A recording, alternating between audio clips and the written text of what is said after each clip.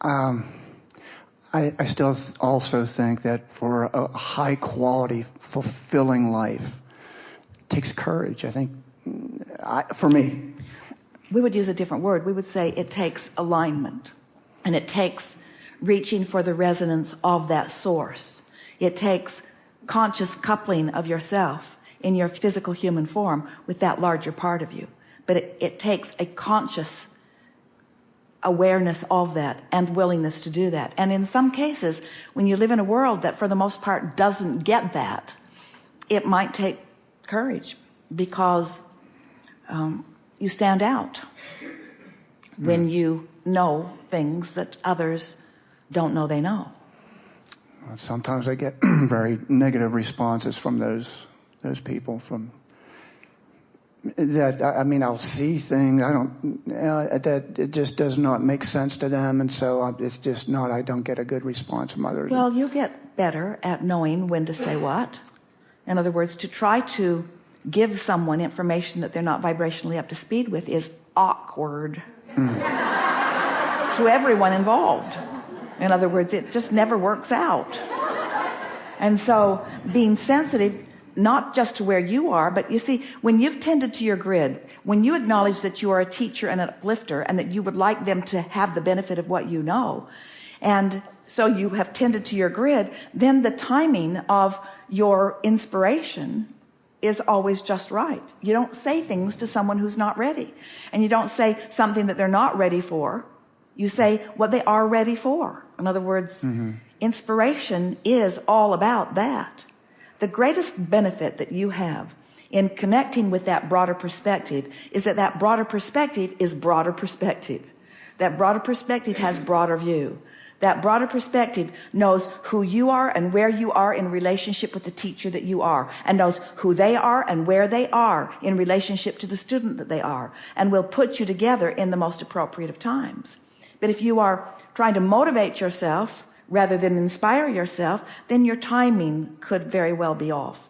And when your timing is off, then you rendezvous with people that aren't ready for you, or you give them more than they are ready for.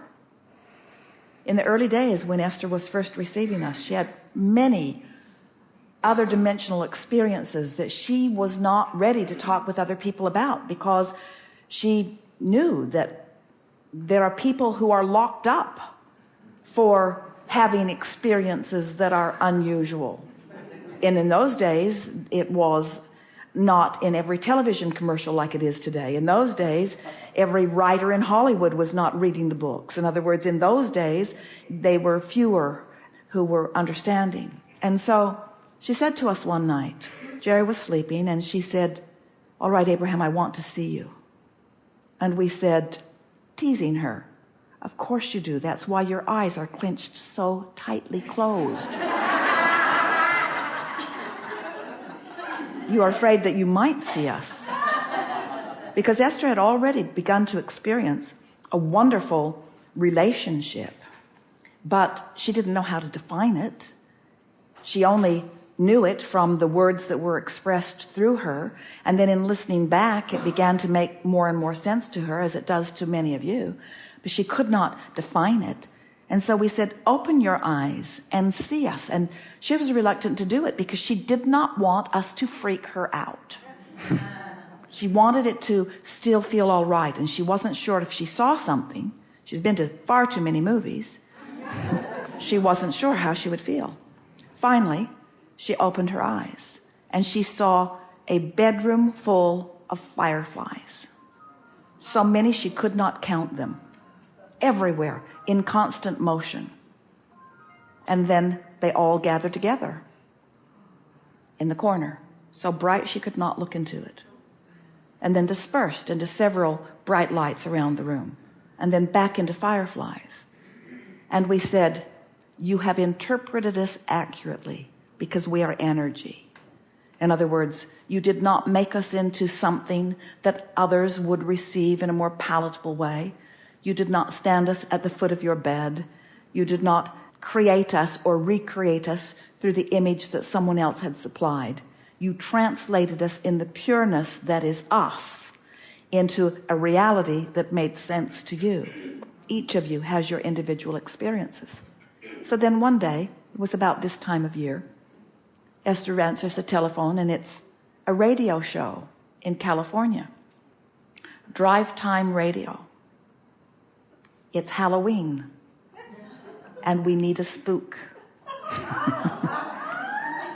And Esther said, okay. But it's not like you think it's going to be, I don't think. So it was to be an hour conversation, but the people before didn't show up, and the people after didn't show up. So it was 3 hours of drive time conversation with a man who was looking for a spook and who found infinite intelligence, for a man and a city full of people who were looking for things and found them, not knowing they were ready, listening in for something else, but finding something quite different, because the law of attraction is a very good manager of all of that.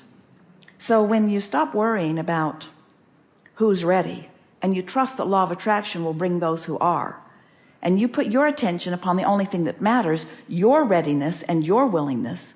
In other words, Esther didn't say, we will not come and play with you because we are not what you think we are. She was willing to come and present what we are, just in case someone was ready for what they are, you see. That's the way we would approach it. We would not go out looking for an audience. We would let law of attraction bring those who are ready for you to you, you see. But you got to be ready. You've got to be ready. Thank you.